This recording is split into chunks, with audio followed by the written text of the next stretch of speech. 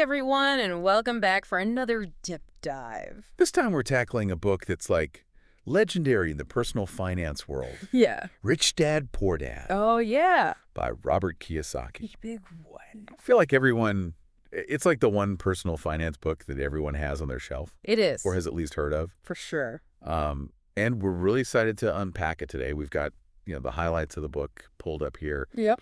And Ready to go. what's so interesting about Kiyosaki is he's got this really interesting storytelling style, I think, that makes it a really fun read. Yeah. Even if you're not like super into personal finance, he kind of draws you in. Absolutely. I think that's why it's so popular, right? It's not intimidating. Yeah. He's really good at just breaking things down Totally. and making it relatable. And one of the ways he does that is like right off the bat, he kind of introduces this concept of the two dads. Yeah.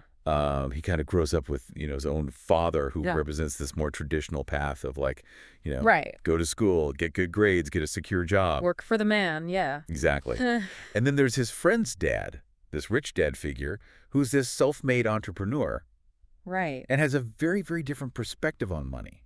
Totally. And I think Kiyosaki uses that contrast really effectively Yeah. to challenge, a lot of those conventional ideas Yeah. about wealth. Like what? Like what are some of the examples? Well, I mean, how many of us grew up hearing that, owning a home is the be all and end all, right? Like Yeah. you got it. That's like the ultimate goal. The American dream, right? Exactly. But then Rich Dad comes in and he's like, no, a house is a liability. Yeah. And whether you agree with that or not, Right. it makes you stop and think. Yeah. It challenges that assumption Absolutely. that we've always had. For sure. So instead of just like,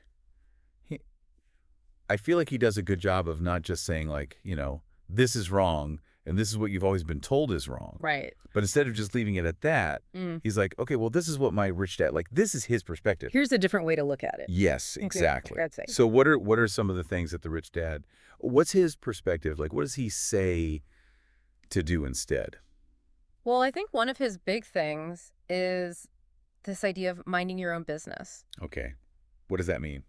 And it sounds kind of basic, right? Right. But he's not talking about like, go start a company tomorrow. Right. He's really talking about building what he calls an asset column. Okay. And I break that down. What does that mean? so an asset column is basically, it's anything that's putting money in your pocket. Okay. Without you necessarily having to trade your time for it. Ah, okay. So that could be, rental properties, that could be dividend-paying stocks, that could be, royalties from a book you wrote, Okay. things like that. So it's like having your money work for you Exactly. rather than you working for your money. Exactly. And he really believes that that is how the wealthy generate wealth. Okay. They create these assets that generate passive income so that the money is coming in whether they're actively working or not. Got it. And this kind of goes back to his thing about like, he puts so much emphasis on financial literacy. Absolutely. And he's like, it's not about how fancy your degrees are. Right. It's about, what you actually know and what you actually do with that knowledge. Exactly. He says, he learned more about money sitting at the kitchen table with his rich dad than he ever did in a classroom. Yeah. And so we have this contrast of like working for money versus having your money work for you. Right. And Kiyosaki argues that a lot of people end up kind of in this cycle, this loop. He calls it the rat race Yes, the rat race. of like, they work, they make money, and then they spend that money and they end up kind of back where they started. Stuck on the treadmill. Yeah. Just running and not really getting anywhere. And so he blames a lot of that on, this lack of financial literacy. Absolutely. And he's like, you can get a raise, you can, but then, your expenses go up or you get taxed more or whatever. And it's like, you're not actually getting ahead. Right. It's like that cycle of just constantly trying to keep up. Right. Exactly. So how do we break out of the rat race? Like, what does he suggest we do? Well, I think, he talks about a few major roadblocks that people face when it comes to achieving financial success. Okay. And he actually lists out 5 key obstacles. Yeah. Fear, cynicism, laziness, bad habits, and arrogance. Okay. So he doesn't hold back, does he? No, he does not. Yeah. He's very direct. Yeah, he's very straight to the point. Yeah. He's not afraid to kind of, shake things up a little bit. Yeah, and I think that's That's part of what makes the book so powerful, right? Absolutely. Because it's like Right, a wake-up call. It is a wake-up call. Yeah. But I think sometimes we need that, right? For sure. So let's dive into these 5 obstacles, starting with fear. Okay. So why does he say fear is such an obstacle? Well, he believes that most people are so afraid of losing money that they end up making decisions based on fear rather than logic. So it's like that idea of playing it safe. Exactly. But sometimes playing it safe is actually riskier, right? Absolutely. And he's not advocating for like reckless risk-taking or anything like that. Right. But he's really emphasizing the importance of understanding risk, managing risk, rather than just avoiding it altogether. Right. And, he actually tells a really interesting story in the book about a time when he lost a ton of money in a bad investment. Oh. Yeah. So he's speaking from experience. Oh, absolutely. He's Yeah. very open about his own mistakes and failures. Yeah. But he says that he learned such a valuable lesson from that experience. Okay. A lesson that he says was worth way more than the money he lost. So it's good to make mistakes. Well, I mean, within reason, right? Right. He's not saying go out there and be reckless. Yeah. But I think his point is that, failures can be incredible learning opportunities. Yeah. He even compares it to, like, the Alamo. Oh, wow. Not financially, but just in, Okay. how Texans turned that defeat into this rallying cry. Remember the Alamo. Exactly. Yeah. It's like you take that loss, you learn from it, Okay. and you use it as fuel to come back even stronger. I like that. And I think he wants us to apply that same grit Okay. to our finances. Okay, so don't let setbacks, completely derail you. Exactly. They're all learning lessons. Learn from them, grow from them. Yeah. And, make smarter decisions in the future because of them. Got it. Okay, so we talked about fear. What about cynicism? How does that play into this? Yeah, so he sees cynicism as kind of like this close cousin to doubt Okay. and a major dream killer. Okay. He says cynics can always find a reason why something won't work. Right. It's like they're almost afraid to believe in the possibility of success. Oh, yeah. It's like they find the cloud for every silver lining. Exactly. Yeah. And it's like when you're surrounded by that kind of negativity, Yeah. it can be really tough to find the motivation Right. to take risks Sure. and really chase after your goals, especially financial ones. So, give me an example of that. Like, how does cynicism, manifest when it comes to personal finance? Oh, I think real estate's a great example. You have people who are like, oh, I could never invest in real estate.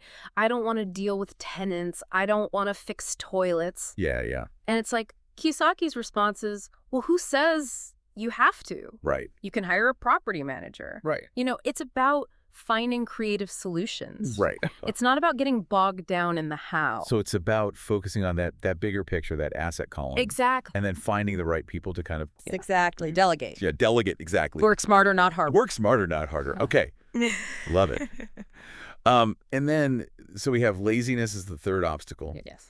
And he basically says, look, if you're not willing to work hard Put in the effort. to both, in terms of working a job and actually educating yourself about personal finance, Right. then you can't really expect to become wealthy. Yeah. I mean, he's all about personal responsibility. Yeah. You have to be proactive. Right. And educate yourself, like you said. It's Exactly. not just going to fall in your lap. Exactly. Yeah. You got to meet, opportunity with preparation. I like that. And then bad habits, right, is the next one. Yeah, that's a big one. And so what are some of the bad habits that he kind of calls out? Well, he talks a lot about impulsive spending. Oh, yeah. Not saving consistently. And it's been gratification. Exactly. Yeah, it's so easy to fall into that trap. It is. It is. But he's a huge advocate for self-discipline, Okay. especially when it comes to money. Okay. He loves that principle of pay yourself first. Right. And for anyone who's hearing that, they're like, what does that even mean? How would you explain that? Sure. It basically means that before you pay your bills, before you buy that latte, before you do anything else with your money, you set aside a portion of every paycheck and you put it directly into your asset column. Okay. It's about prioritizing your financial future, Got it. even if it's just a small amount at first. Okay, so even if you can only afford $50 a paycheck or whatever. It's like Do it. just that act of being consistent with it. Exactly. Make it a habit. Yeah. And, he admits that even he struggled with this at times. Really? Oh, yeah. Yeah. Especially when he was first starting out. Okay. There were times when he was barely scraping by, but he still made sure to pay himself first. Wow. Even when his accountant was practically yelling at him. That's dedication. It is. But that's, He walks the walk. he does. He lives by his principles. And that's, I think, Yeah. part of what makes him so relatable, right? Right. He's not just some out of touch. Exactly. He's been there. He's been there, yeah. He's made mistakes. Okay, so fear, cynicism, laziness, bad habits, and the last one is arrogance. Arrogance, yes. Why is arrogance such a bad thing? Well, he believes that arrogance is kind of the sneakiest obstacle Okay. because it disguises itself as confidence. Okay. But he's not talking about healthy self-assurance here. Right. He's talking about the kind of arrogance that makes you resistant to learning new things. I already know everything. Exactly. That's And right. that closed-mindedness can be really dangerous Okay. because you miss out on new information, new strategies, new ways of thinking that could completely change your financial game. So it's not just about not being a know-it-all. Right. It's also about being humble and open to Absolutely. new information and always Being a lifelong learner. He's all about that. Yeah. Okay. So he kind of lays out these 5 obstacles, these 5 things to look out for. Roadblocks, yeah. Yeah. Roadblocks. Exactly. And he, like you said, he doesn't really sugarcoat it. But what about the flip side? What are some of the things that we can do? Sure. What are some of the practical advice that he gives? Well, one of his big recommendations is finding mentors, Okay. people who have already achieved what you want to achieve. Okay. So finding your own personal rich dad, in a way. Exactly. Someone Yeah. who can offer guidance, support, Okay. maybe even a few hard truths along the way. Right. So you don't get stuck in an echo chamber. Exactly. Because we can learn so much from people who have already walked the path. Okay. I like that.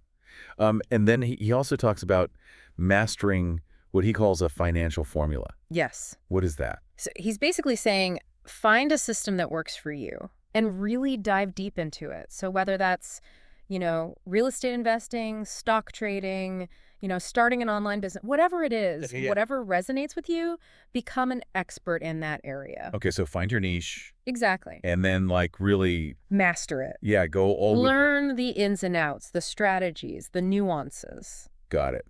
But then he also emphasizes, the learning doesn't stop there Right, exactly. because the financial world is constantly changing. Constantly changing, yeah. So you have to you can't just be married to one thing. Right. You have to be adaptable. Absolutely. You have to be able to pivot when you need to. Yeah. Be open to new information. Yeah. Stay flexible. Okay. He tells this really interesting story about Alexander Graham Bell. The inventor of the telephone. So Bell actually went to Western Union Okay. and offered to sell them his patent for $100,000. Okay. They basically laughed him out of the room. Oh, no. They could have had a piece of what became a multi-billion-dollar industry. Yeah, but they regretted that. Big time. Mm. And so, Kiyosaki uses that story to illustrate the importance of being open to new ideas, Yeah. even if they seem unconventional Okay. or risky at first. Right. So having that financial intelligence to be able to be like, okay, well, this might seem kind of crazy, but I'm going to look into it. Exactly. And see if there's something here. Exactly. He also, he shares a lot of anecdotes about his own investment strategies in the book. Yeah. What are some Okay. examples? So he talks about going to bankruptcy auctions and courthouses, Okay. looking for properties that are being sold for a fraction of their market value. Interesting. So he was kind of I don't want to say profiting off of other people's misfortune, but it's he's finding opportunity. He's finding opportunity where other people are maybe overlooking it. Right. He's not afraid to get creative. And he really encourages readers to do the same, to not be afraid to, look for those diamonds in the rough. Yeah, look for those deals. Yeah. Exactly.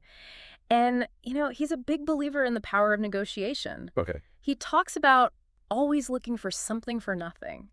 Now that sounds, I don't know, that sounds a little... Oh, it's not about being shady or anything. Okay. He's not talking about being unethical or taking advantage of anyone. Right. He's simply talking about structuring deals in a way that benefits everyone involved. Okay, so finding those win-win scenarios. Exactly. Got it.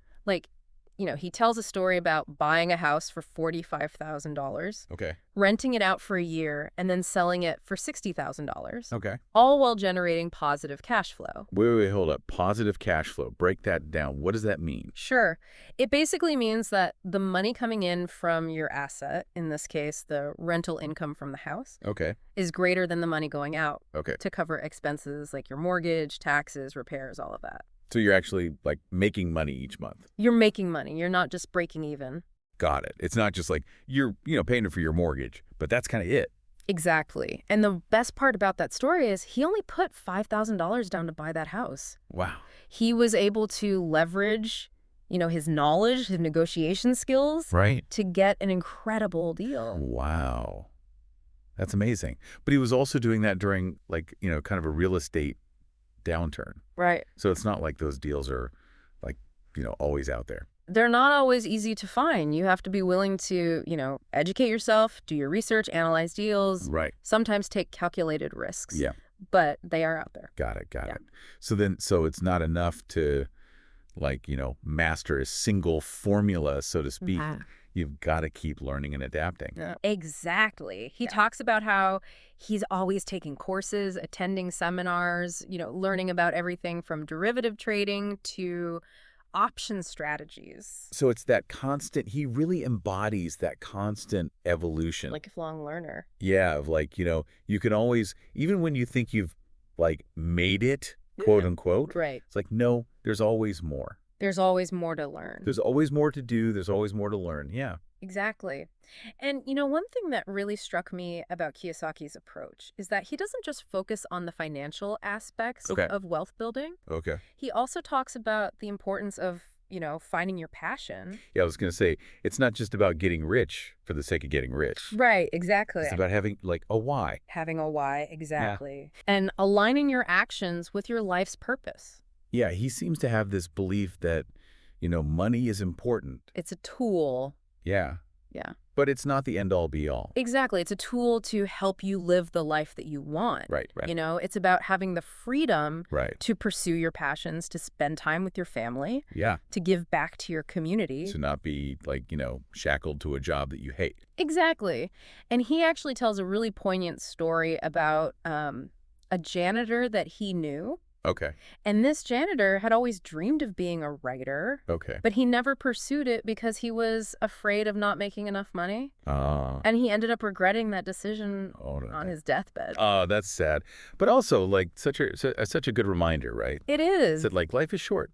Life you is short, yeah. And if you have a passion, Go for it. yeah, go for it. Don't wait. And it's like finding that balance, right? Exactly. Finding that balance. Between financial security and, Passion and purpose. yeah, exactly. Yeah. It's like, Mhm. don't get to the end of your life and have regrets, right? Exactly. Like, I wish I'd just gone for it. Absolutely. Okay. So speaking of like, I guess kind of like, I don't know, like leaving a legacy Right. and using your wealth for good. Yeah. He also talks about the importance of giving back Yes. once you've kind of like reached a certain level of like success. Absolutely. He's a big believer in that. Okay. He really believes that true wealth isn't just about accumulating money for yourself. Right. It's also about using your resources to make a positive impact on the world. Okay. He points to organizations like the Rockefeller Foundation and the Ford Foundation Right. as examples of, how wealthy families can create these legacies Yeah. that extend far beyond their own lifetimes. So it's about using your wealth to kind of like, make a difference, support causes you believe in, Absolutely. lift others up. Exactly. And, he contrasts that with, he observed this mindset in his own father, Okay. who would always say things like, well, when I have some extra money, I'll give it. Oh, okay. But of course, there was never any extra because he was always working for more, stuck in that cycle of Right. earning and spending. And it's like, oh, when I get there, then I can start, Exactly. giving back. Yeah. And his point is, you don't have to wait until you're a millionaire to be generous. Right. You can start right now. Start small. Yeah. Exactly. Even if it's just, a few dollars a month to a charity you care about. Yeah. The point is to make it a habit.